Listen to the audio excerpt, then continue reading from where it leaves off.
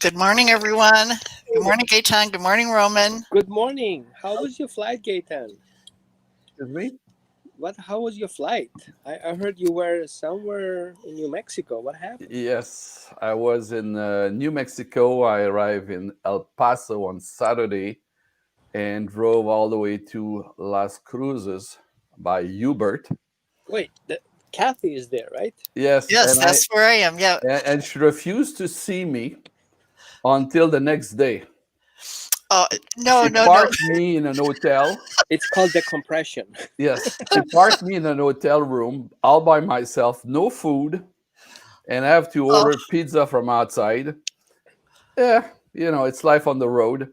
I guess, yeah. And then the next day, she appeared. And we got to see each other after 20 plus years. 23 years later, we hug each other. And the last time we met, at the end of our meeting, we hug each other, say farewell, like we're going to see you like in a few days. Yeah. It's 23 years later. Yeah. That, she's very regular in her relationship. She maintained relationship on a constant basis and keep contact on a regular basis. So every 23 years, we're going to meet again. Yeah, right. Well, this was an absolutely fabulous time for him to come because Gaetan was actually he was filming behind the scenes in Las Cruces, and behind the scenes, for those of you that don't know, that means what it takes to get the job done. Usually when you see something, you see the finished product, but you don't see what actually happened. Yeah. And that's where Gaetan is on. Oh, hey, we got the good morning, Muka. That's the veterinarian. There he is. Nice to meet you again here. Okay, what we're really talking about today is what he went through, and then we're actually going to show you some footage. And over the next couple of weeks, Gaetan is going to be sharing. What are you laughing at? Because you're talking about me like I'm not there, and a third person or a fourth person will show up this morning called Gaetan. Oh, okay. And will tell the story about what he felt and what he discovered. But it's interesting introduction. All right. Then you go ahead and you tell us, what did you witness? Let me first say that what we were doing here is Gaetan came to film mamas and puppies that were going from Las Cruces with Pet Rescue Pilots, which is owned by Julian Javor. And he flew in from California to pick up these mamas and puppies and then bring them to San Diego for a Helen Woodward Animal Center.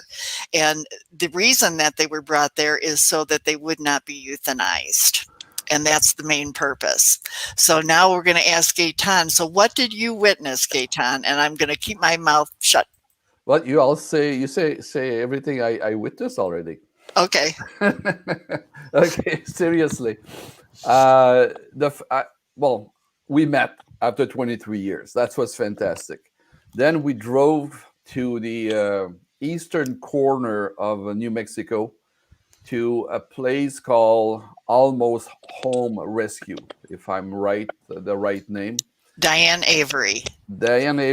And we visit the facility there, and we spoke with her. I did an interview with her, and the first thing which struck me at the time is horror story of disgrace done to dogs, which in some cases led to the death of dogs with their puppy, female dogs with their puppy, and other horror story where people literally drown the puppy and some other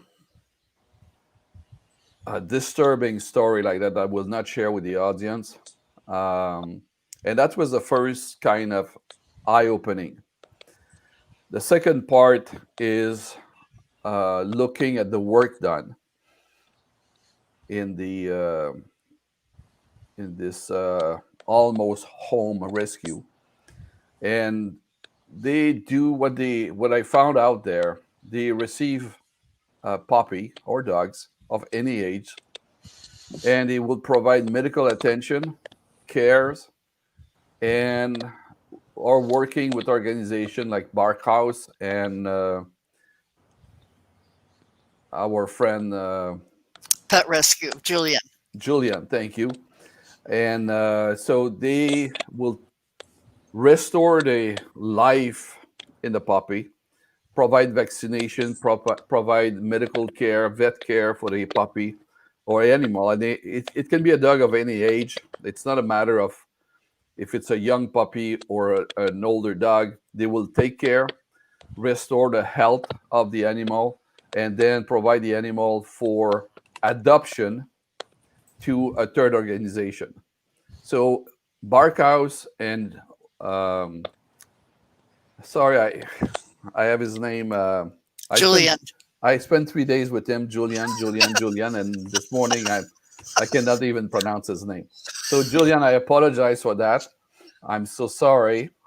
We have a good time together, and then the dogs are moved by plane from one location to the other. In this past weekend, it was from Las Cruces to San Diego County, and there was 25 dogs on board of the plane, and they were taking. They were.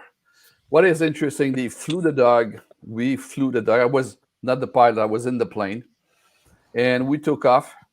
And shortly after we took off, all the dog fell asleep, Yeah, that's what they and say. Yeah. they stopped barking and be stressed, and they Yeah. went all to sleep until we land. Yeah. And the biggest dog we have on the plane was the dog with the weirdest voice. He has like a high pitch voice, like you can associate with a Chihuahua or something like that. Uh-huh. But when he was barking, it was like,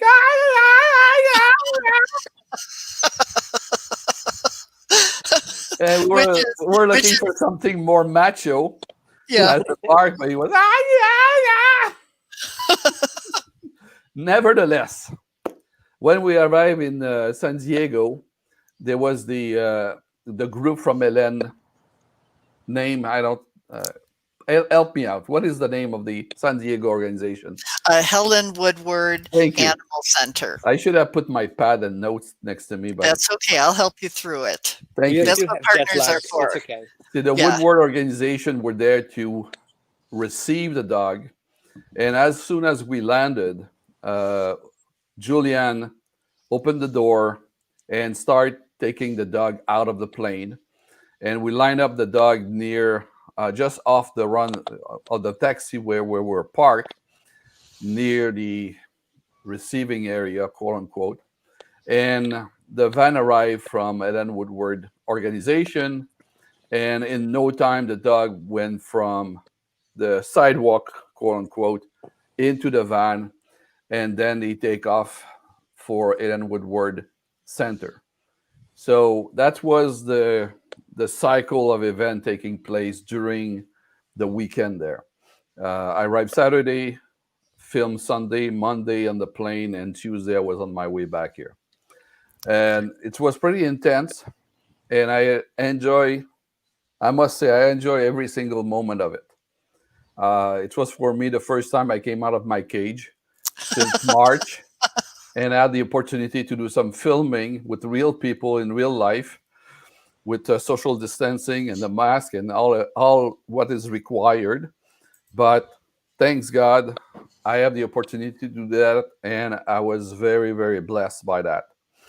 In the context of our visit there, there came a story which struck me like a very special story about a dog called Halo.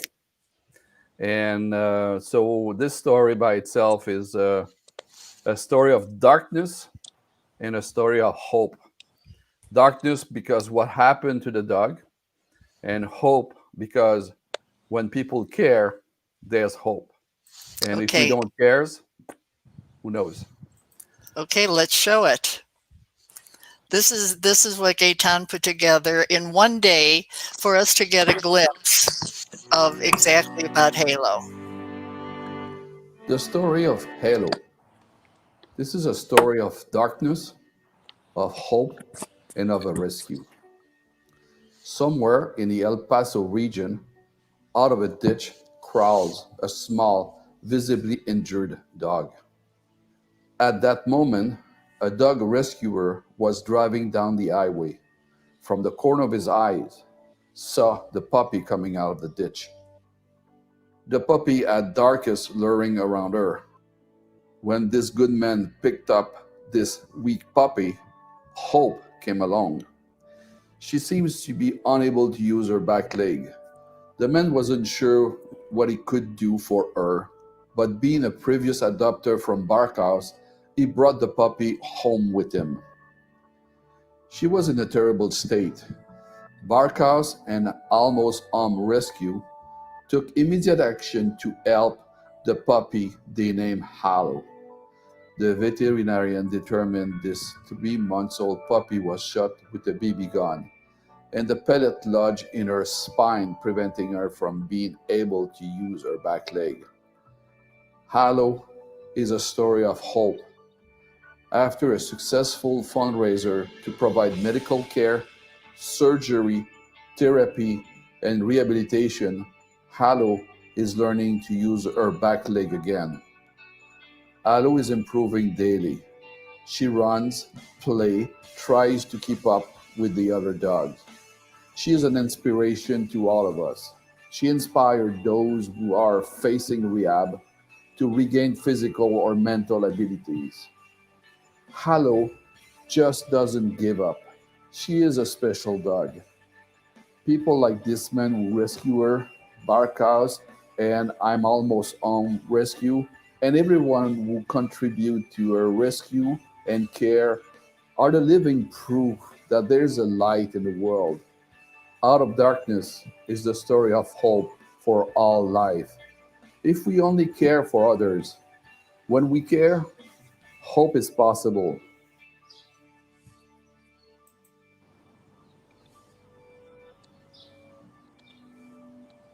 Such a nice story, guys. Another good dog day. Yeah, wasn't that nice?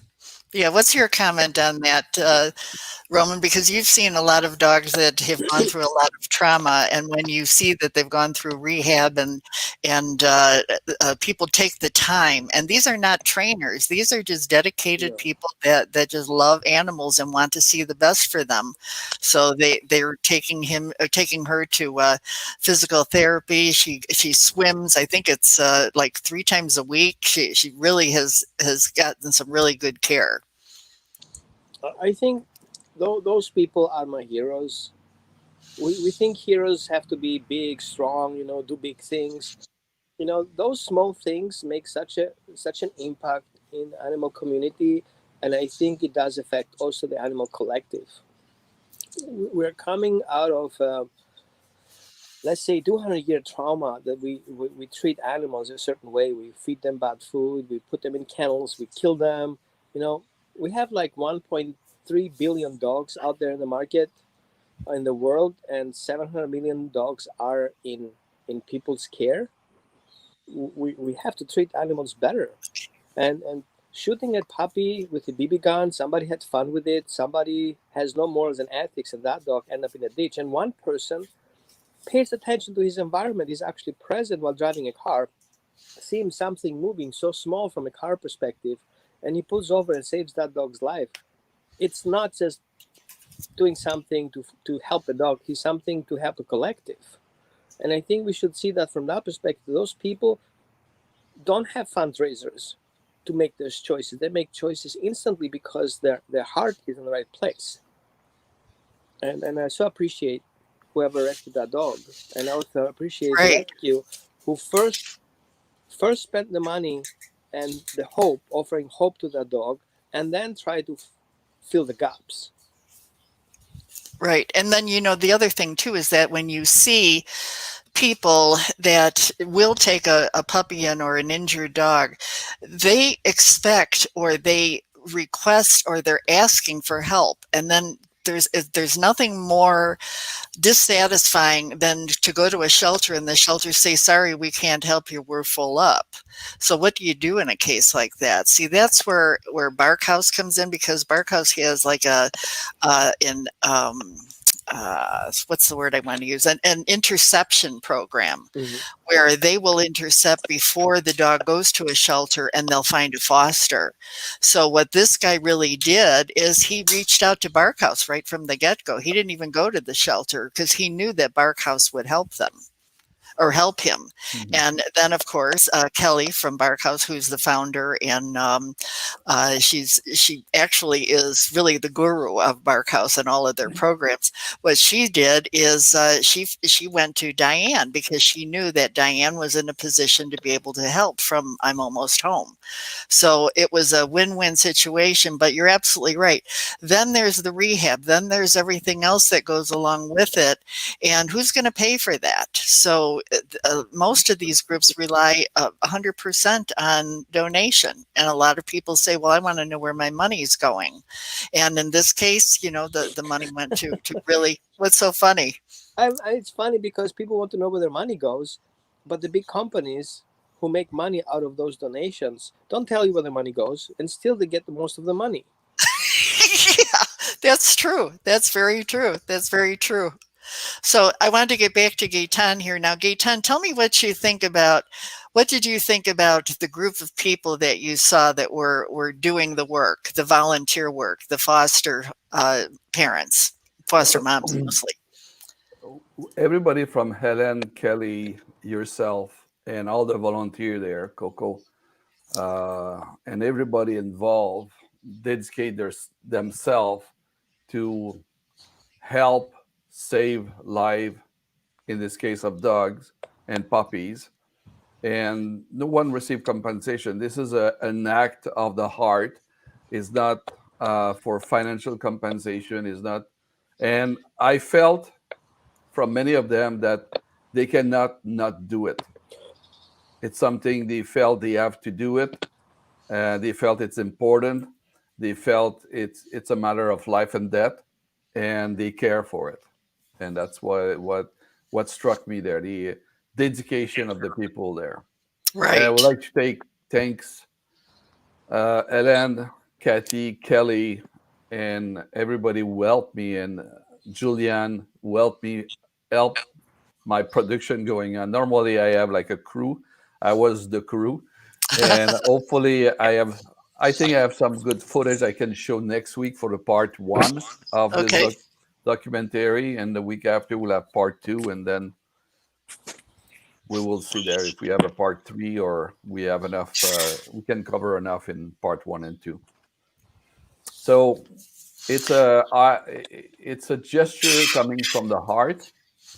It's not a gesture coming from the wallet or the mind.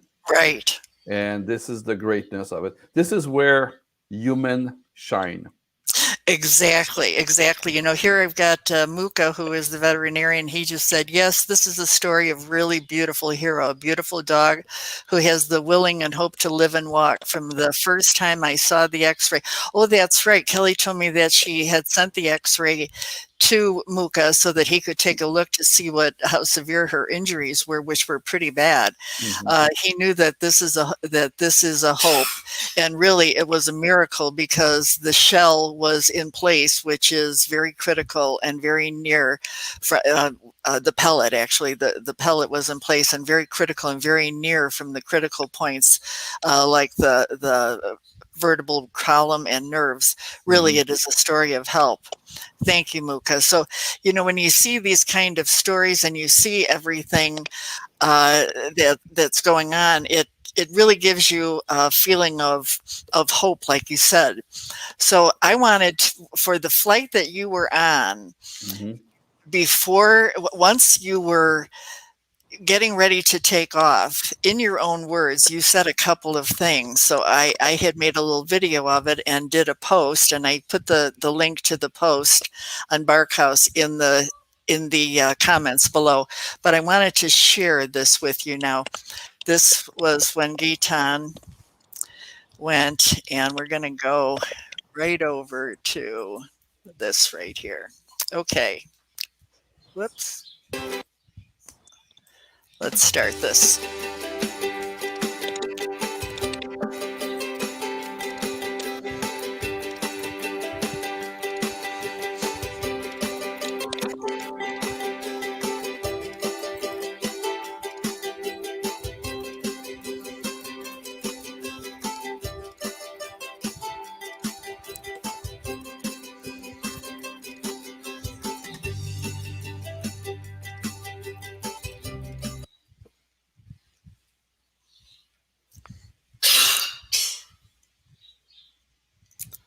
Yeah, hang on a second, folks. This buffered before. I'm not sure why, but it'll clear out in a second.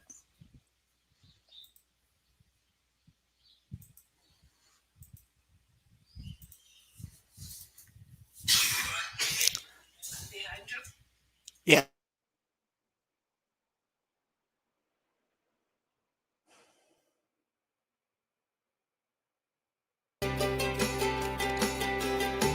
Well, so far it's very profound human experience.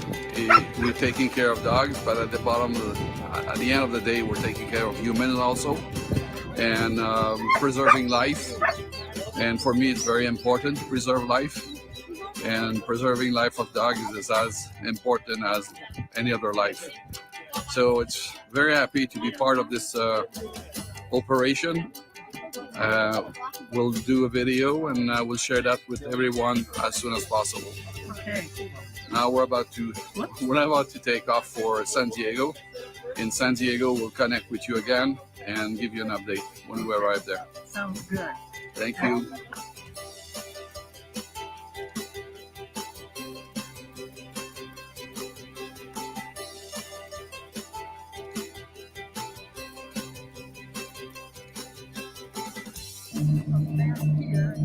And had a 5-hour layover in Denver.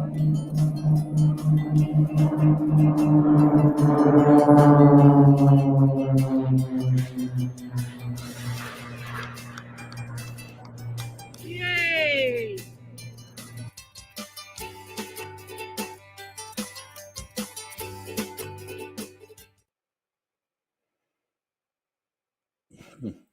That was cool.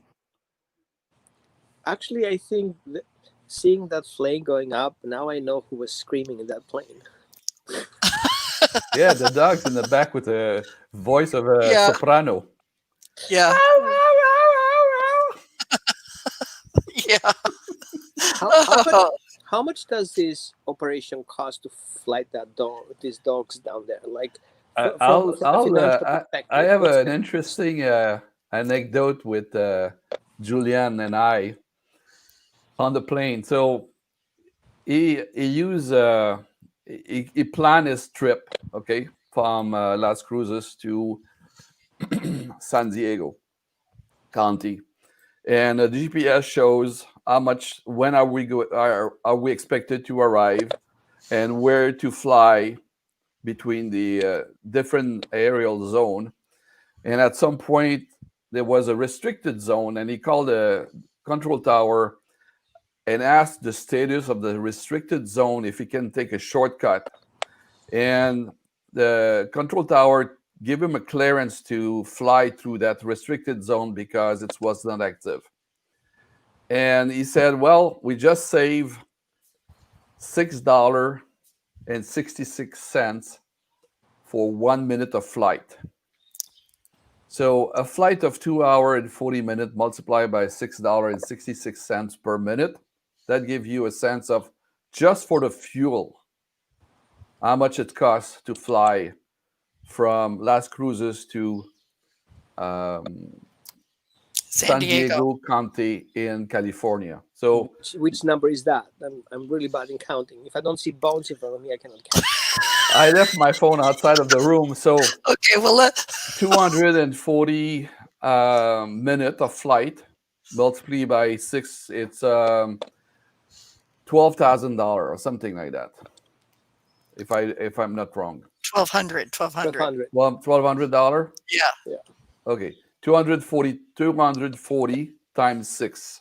Yeah. Okay, about $1,200. And that's only the gas and fuel. Just like the We don't gas, have operating nothing to do costs, with we the don't have insurance, service, we don't have the fees for the landing airports. fees, the plane itself. And Julian is in the need of a bigger plane, and we have a very nice conversation because I have some background in aviation. My first year in college, I was studying aerospace, and I was working on single engine plane and things like that. And I was not a pilot, but I was a student pilot for some time in the 80s. And we discussed the need he has, and one of the plane he's looking for is the Pilatus. And the beauty of a Pilatus is Pilatus or Pilatus, depending on you pronounce it. The beauty of that plane is the large cargo capacity, can land almost anywhere in a small field or a large airport. And he has a cargo door in the back. And this weekend, the limitation of the door, like 20, I think the door is 24 inches, prevents some of the crate to fit in. So what was the situation? He assembled the crate inside. The crate is a two. Deassemble it first and then reassemble Right. it inside. So the crate is in two parts, the top and the bottom, plus the screen for the back and the door. So disassemble, assemble in the plane, bring the dog in the crate, close the door. With the Pilatus, not only he can bring larger animal and larger crate, but he can bring more animal also. Second part, Right. Pilatus is pressurized, so it can fly higher and reach farther. So in the conversations during the weekend, we were talking about delivery dogs in the Maine, in New York State, in Massachusetts, in Wisconsin. So with a Pilatus like that, that's become possible. Right. With the Right. current plane, the farther you can go is probably the Pacific Northwest with the current condition. And it's very demanding for the pilot. Julian, most of the time, fly by himself. And a 2 hour, 2.5 hour, 2 hour, 40 minutes of flight seems to be like a small time, but it's pretty intense. Even if you're flying above the desert, the traffic, paying attention, communication with every control tower for every zone. So that keeps the guy busy. There's no doubt about it. It does. Yeah. And with a plane like that, one of the possibility, if he fly higher, he can get a clearance for a direct flight. So if the plane can go higher in altitude, he can request a direct flight to a destination, which means he will save money. Height. Excuse me? In one particular height without other interruptions. Right. So the higher you fly, the easier it is to get a clearance to say, I'm in Las Cruces, I'm going to Milwaukee. Right. May I have a direct flight? They will say yes if you fly high enough. So you avoid all the crossing traffic and all the normal aerial route. So anyway, short story. I think he goes 18,000 miles. We were flying at 18,000 feet. With the Pilatus, it can go around 30,000 feet. Okay. Or the Pilatus 12, which is the new model, I think can go even higher than that. And that's what give him this cross country, right, save time and energy and resources to get there. He can do more with what he has there. So if you have spare change in your pocket, yeah, exactly right. It's only a small donation we request from you. Yeah, right. It costs about $2 million. Yeah. So if everybody pitch in $1 or $2, at the end of the day, he can get his plane. That's right. And also most importantly is that the Barkhouse Transport Logistic Program will be working with Julian so that it's I don't want to say powered by, but I Sponsored forget. by, No, not sponsored by. It's supported, Operated endorsed. by, being what? operated by. Operated by. Yeah, there you go. Duh. No. It's Thursday morning, folks. Yeah, operated Oh, pet rescue. so I can take Pilot. a break after the show. That will be my weekend vacation this afternoon Yes, between two and yes, three yes. You can. Good because I morning. did not rest since I came back from the trip. Yes, that's right. Yeah, I know you haven't. Yeah, you've been working all night on getting everything together. So, okay, now here's one of the things that I got out of all of this with Barkhouse is they truly are like the rescue to relocation. You know, that's what they are. Rescue for relocation. They've got spay neuter, which is very important, which is like an add-on program. But between spay neuter and transport, that really is what helps with the overpopulation. You know, it goes hand in hand. And I know that people say, well, you've got to adopt the animals out. But what happens like in an area of Las Cruces where animals aren't being adopted? They're running free in the Mhm. streets. And what do you do with that? Also, what do you do when you've got a shelter that's when somebody calls and says, I found a dog, and the shelter says, um, we can't take him in. No, no So Some thanks, you're on shelters but your will own. kill thanks. the dog in less than 72 hours. Right, They don't even have a hold. If the dog is sick or aggressive, he's going to be killed. And aggressive means he growls at someone right, or challenge someone on the intake. He's being dead. right. Mhm. So what do you do in a case like that? And here I'm witnessing it firsthand, and now Gaetan witnessed it, and I know that you have too, Roman, that when you have too many dogs in an area and they're not being adopted, there are many areas in the world that want pets. They want dogs, they want Mhm. cats, and Mhm. it's so much more effective to say, okay, for the animals that are here, let's get them spayed and neutered so they don't reproduce. And Mhm. then for those that can't be adopted, let's get them into a location where they are welcome, where people do want to take care of them. I think the most disheartening thing for me is to see if a dog isn't adopted, then it gets euthanized, even if it's healthy. That doesn't make sense to me. That's not a solution. Then Yeah. we might as well just go kill all of them. Yeah. You know, I want to point Well, out that the industry is not regulated. right, right, Okay, it's no regulation. So if I would be a person, I could just, I mean, I'm a person, but if I would have, if I wanted to, I would create a rescue, create a 501c3, start collecting money, start organizing transports with right, no checkups, with no information at all, getting money, saying that I adopted the dog out, and the dog never arrives anywhere. right. one There of are a the lot story. of dark Yeah. things going on, and I appreciate that we support those who really are clear and really are, how you call it, transparent about their practices, because this is what the money should go into. Those who That's are right. open with the practices, have clear picture what's going on, how the dog is being transported from point A to point B, and not being stuffed in 50, 60 dogs in a van. They never get out for 12 hours. They pee, they poop, they don't even eat, have That's water right. in there. Yeah, And Mhm. some of them Mhm. don't even end up alive. Yeah. That's a transport too. It's Yeah. totally legal, yeah. really. Well, it is a solution, but we truly believe that the combination of the railway. No, wait. What do we call it, Kelly? The road? Airway. No, no, no. The roadway and the um, roadway and runway. One way. Those are the two different ways to transport. Yeah. Yeah, I think by land you can maybe do like a 2 hour trip, yeah, and but that would be acceptable if you can push it a maximum of 4 hour. yeah, But you cannot go further than that. By plane, you have the flexibility. The case during the flight is 15 minutes after takeoff, everybody was asleep, quiet, peaceful. They start barking when we stop the engine. right. Yeah, Yeah, as soon as we Dogs, stop the dogs engine, love the rides. They yeah, have they rides. love the ride. They're comfy. It's very smooth, yeah. air conditioning, very comfortable. all these puppies sleep. The one thing I would like to come back on about the survival of the pet.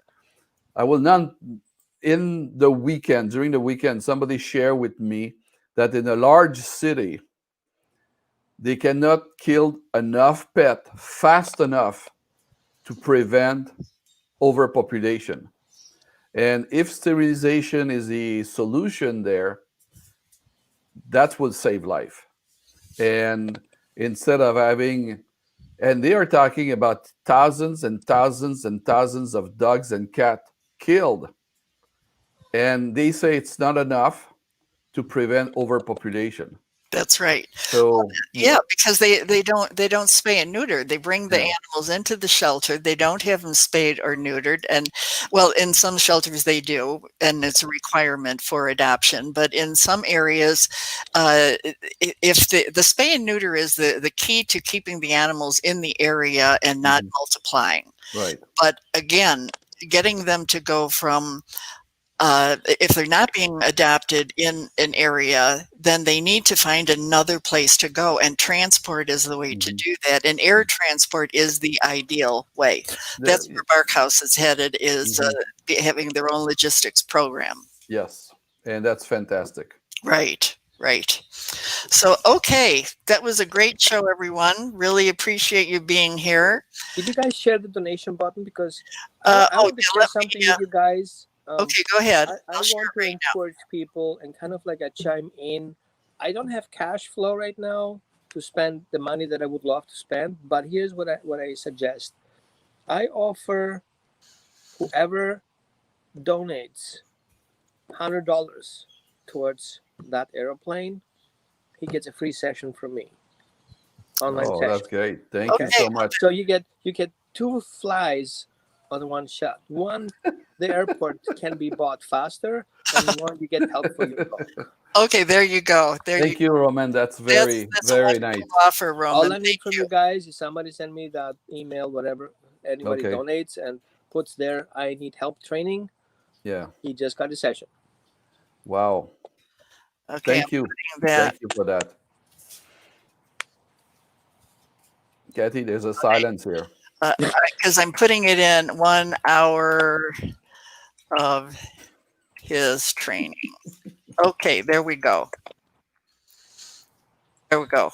Okay. So the message is out. The message is out. Julian need a pilotus 12, and it's a need for the survival of a lot of people and bring joy to a lot more people. Right, right. These animals bring joy. So joy is a commodity that we're missing this time. We need more joy, more happiness. Are we not in the country where the Constitution said in the quest of happiness somewhere? Are we? Yes. Yeah, so we are. When I see myself by myself on the screen, I freeze. I say, who's that guy? That's filmmaker Gaetan. Oh, this guy looks so silly. He speaks funny on top of that. I apologize for the narration, folks. Normally, I work with quality, professional artists. They do the narration for me, and they are much, much better than I am. I just try my very best with limited resources here. Yesterday, finished a video on time for today. Okay. So, thank you, everybody. Thank you, Kathy. Thank you. I hope to see you in less than 23 years. Yeah, right. Okay. Roman, you're next on my list. We need to see each other soon. Yes, and I tell you, we need a trainer out here, Roman. So if you don't, yes, you guys have some people don't need trainers. They need just to step into their parenting power. Okay. You just need education. That's what you need. All right. So I correct you, Kathy. I have to correct you for once, only once. Don't do it again. We don't need trainer. We need Roman to come and train the people to interact with the dog. There you go. Because the issue is not the dog, it's the owner. Owners sometimes. Yeah, that's right. Dale did donate $400, so some people can match it. Yeah. Okay. So now I'm kind of like personal trainer of Yeah, many dogs. 4 session with Dale. Good for Dale. yeah. Okay, everyone. Thanks so much. We'll see you next week. Bye. Thank you, everybody. Bye bye.